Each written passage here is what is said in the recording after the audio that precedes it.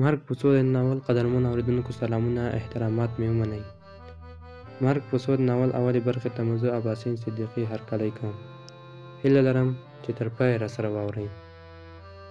په 23 کلنۍ کې مې مور سره له دې چې زه د ژوند په هر امتحان کې ناکام وم هڅه شروع کړه چې ښځه راته وکړي. خو د خلکو لومړۍ پوښتنه دا وه چې زوی مو څه کار کوي او څومره زده کړې لري، او ما دا دواړه نعمتونه نه لرل. ښوونځی مې په نیمایي کې پرېښی و. یو کوڅه ډب انسان وم. خوب، نشه، موسیقي اورېدل او په سړکونو او کوڅو کې قدم وهلو مې ژوند خلاصېدو ته لنډاوه. زما پلار هغه وخت چې موږ ماشومان وو یوه ترافیکي پېښه کې مړ شوی و. مور مې چې د هغه له مرګ نه وروسته ډېر کلونه په تنهایي ځان زموږ پالنه او ساتنه وکړه، د هډوکو سرطان شو. د درملنې لپاره یې پیسې نه وې. رنځېده خو ویل به یې ښه یم. ما او کشر ورور مې له ډېرې منډو وروسته د هغې د درملنې د پیسو لپاره غلا ته لاس واچوه. خو د مور مې پوره راغلې وه. خوار له سخت ژوند وروسته چې یوه شېبه هم دمه نه شوه د ژوند سره مخه ښه وکړه. د مور د مرګ په 2مه میاشت چې ورور مې په غلا کې ونیول شو، ما له غلا څخه توبه وویسته، ځکه نه مې غوښتل چې د خدای جل جلاله له وروستي نعمت څخه هم بې برخې شم چې ازادي وه. د پسرلي په یوه شپه له ملګرو سره تر ناوخته مجلس وروسته زنګېدلی کور ته لاړم. کور په خاموشۍ کې ډوب و. خو کله چې کوټې ته ننوتم د سګرټ د لوګي تازه بوی مې حس کړ. حیران شوم چې څوک راغلی. په سګرټ دانۍ کې پرتو فلټرونو ته مې پام شو. جاپاني سګرټ ما نه څکول، نو بې له شکه چې کوم څوک کور ته راننوتي وو. وارخطا او نشه رانه پالوتو شوه. او شا مې سترګې وګرځولې. کټ کې ایښې شنې بکسې ته مې پام شو چې مخکې مې نه وه لیدلې. ژر مې را جګه او خلاصه کړه. د پیسو د بنډلونو په لیدو مې داسې وګڼله چې کنې نشه یا خیال ګورم. یو لیک هم ورسره ایښی و. هغه مې راواخیست او په لوستو یې شوم.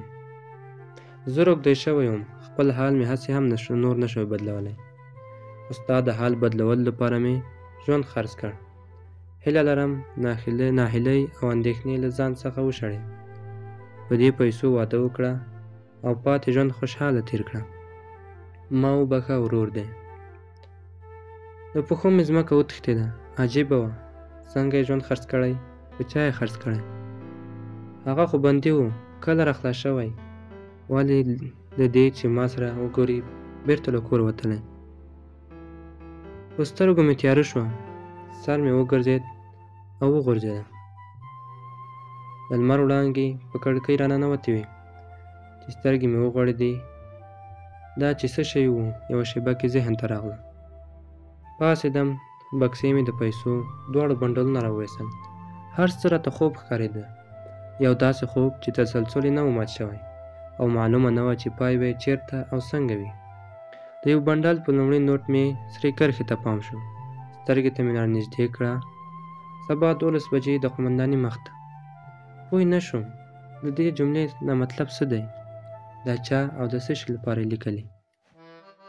لږ فکر وروسته راته داسې ښکاره شوه چې خامخا د قومنداني مخ ته څه خبره شته. ساعت ته مې وکتل. 12 بجو ته 1 ساعت پاتې و. کور نه مې منډه کړه. په سړک کې یوه رکشا او ټکسي هم نه وه. مجبوره وم همداسې په منډه لاړ شم. د قومندانۍ مخ ته د خلکو رش جوړ و. ورور پسې مې سترګې وګرځولې. 12 بجو ته څو دقیقې پاتې وې. خلک مې له مخې ټېله کول او په ګڼه ګوڼه کې مخ ته روان وم. لرې مې یو کس ولید. هماغه راته ښکاره شو. د قومندانۍ دروازې ته روان و. وزارې مې نه وې چې په یوه شېبه کې ورسېدلی وای. زما له پښو نه د تلو توان هم تللی و. ستونی مې وچ و. سختي مې ورچغه کړه. هادي! هغه ودرېد. خپله و. یو خوا بل خوا یې ما پسې سر تاو کړ. لاس مې ورته جګ کړ او چې څنګه یې راپام شو د چاودنې درز مې د غوږونو پردې راوشلولې. د سترګو مې هر څه پناه او وغورځېدم. چې حال ته راغلم شور وې، چیغې وې، وینې بهېدې، لوګی و، منډې وې او ما لکه د لیوني ننداره کوله. په سختي راجګ شوم. غوږونو کې مې لا هم د درز انګازې وې. سر مې چورلېده، سترګې مې پټې پټې کېدې. اوسپنیزې کټارې ته په تکیه هغه ځای ته چې ورور مې پکې لیدلی و روان شوم. یو ګوته په ماشه پولیس راباندې غږ کړ: تاو شه. ناهیلی راتاو شوم. هلته تګ ګټه هم نه لرله. اوښکې مې بهېدې.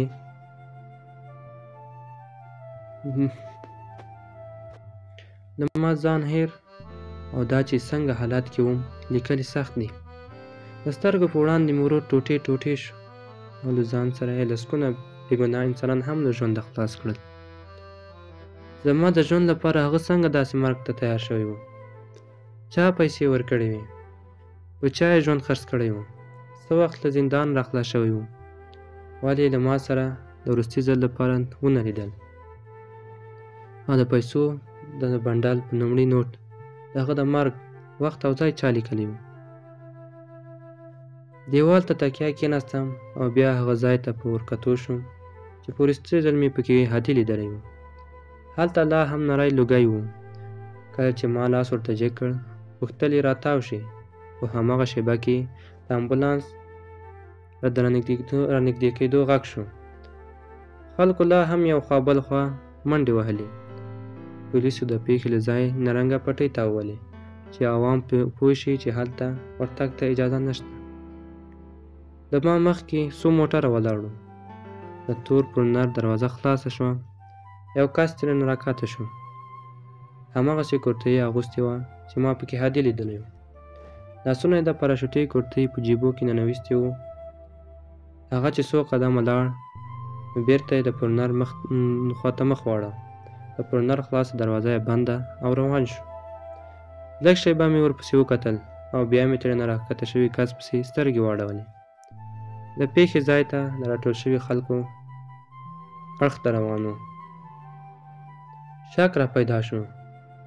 داسې مې وانګېرله چې زما ورور له همدې په موټر نه ښکته شوی. ژر جګ شوم. دا کس هم لکه چې ځانمرګی و. ما یې باید مخه نیولې وای. پخه خښته د دیوال بیخته پرته وه. هغه مې راواخیسته، ورمنډه مې کړه او په سر مې وواهه. ځای په ځای وغورځېد. خلک په منډه شول.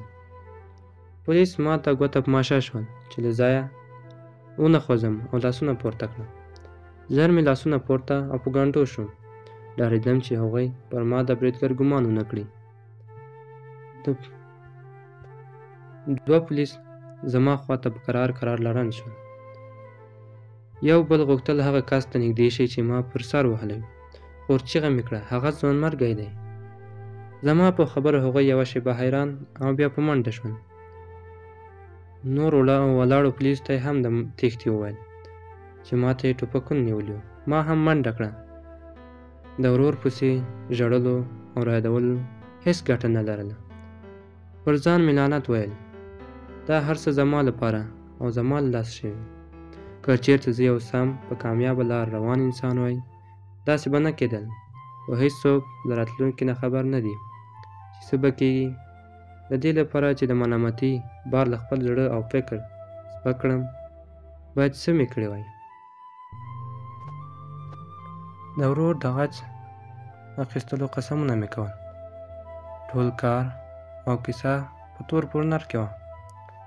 هغه کې څوک و او څنګه مې پیدا کول. په فکرونو کې کور ته ورسېدم.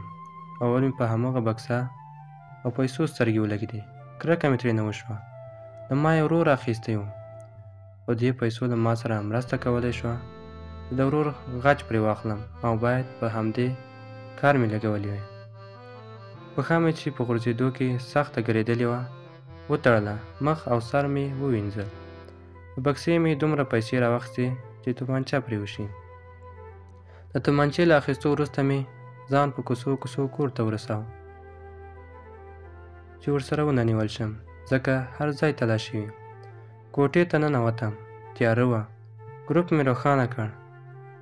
غوښتل مې د ورور لیک راواخلم او یو ځل بیا یې ولولم چې همدا شېبه مې هلته په یو نااشنا څېر سترګې ولګېدې. مرګ په سود ناول قدرمنو اورېدونکو، دا وه د ناول اوله برخه چې ما اباسین صدیقي تاسو ته وړاندې کړه. تر بلې برخې په لوی څښتن تعالی سپارم. ښاد او اباد اوسئ.